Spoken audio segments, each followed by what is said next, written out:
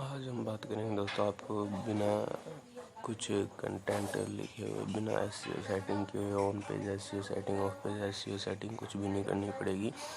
जिस तरह आप कंटेंट लिखेंगे वो already on page SEO setting, of page SEO setting सब कुछ आपको करके देगा।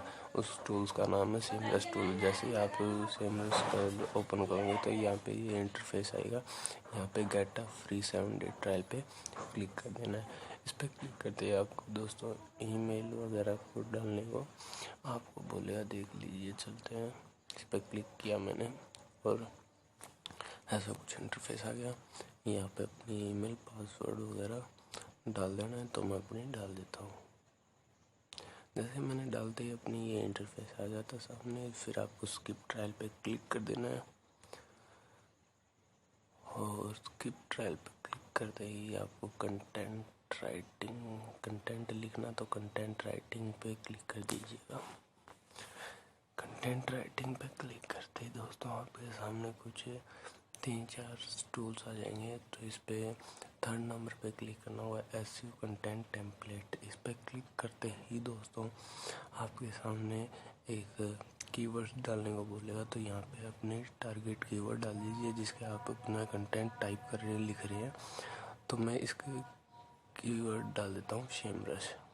और जैसे ही मैं कंट्री सिलेक्ट करता हूँ, जैसे कि मेरी इंडिया है तो मैं इंडिया सिलेक्ट कर लेता हूँ। और इंडिया सिलेक्ट करते ही दोस्तों क्रिएट एसईओ टेम्पलेट पर क्लिक।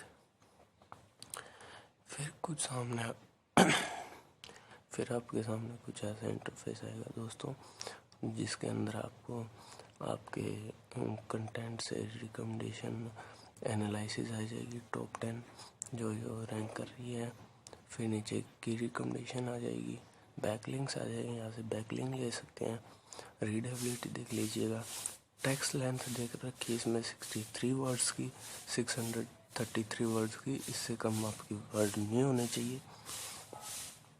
तो दोस्तों यहाँ पे साइड में क्लिक आ रहा है एसईओ राइटिंग असिस्टेंट, उस पर मैंने क्लिक कर दिया। फिर आपके सामने ऐसा इंटरफेस आएगा, यहाँ आप अपना कंटेंट लिखना स्टार्ट कर सकते हैं। तो राइट साइड में ये बॉक्स आ रहा है जिस पे मैं स्क्रॉल कर रहा हूँ, तो ये देख लीजिएगा। रीडेबिलिटी पे जैसे ही क्लिक करते ही आपको ऊपर आ जाएगा टारगेट इतने होना ही होना चाहिए, और नीचे वर्ड्स का टारगेट आ जाएगा। ठीक है दोस्तों, जैसे आप वर्ड यूज़ करोगे तो सिंपल कीजिएगा, जिससे आपकी रीडेबिलिटी भी बढ़ेगी।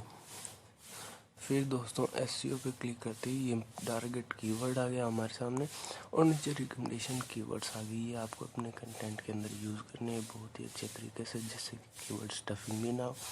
और 1-2 कीवर्ड्स आप बोल्ड करके आप शो भी करवा सकते हैं। ठीक है दोस्तों, ऐसा कुछ हो गया। ये देखिए, मैं H1 हेडिंग डाल के अपने हेडिंग डालता हूँ सेमरश। जैसे मैंने हेडिंग डाली तो ये थोड़ा अच्छे से लिख लेता हूँ, स्किप बैक SEM। जैसे मैंने डाल दिया, साइड में देखिए मेरे स्कोर बढ़ गया 4.5 मीडिया स्कोर। ये आपको 9 to 10 के बीच में होना चाहिए दोस्तों। बहुत ही अच्छा स्कोर आपका होगा, जैसे वो आपके ऊपर डिपेंड करता है। नीचे टोन ऑफ वॉइस, ये आपको ज़रूरत नहीं है।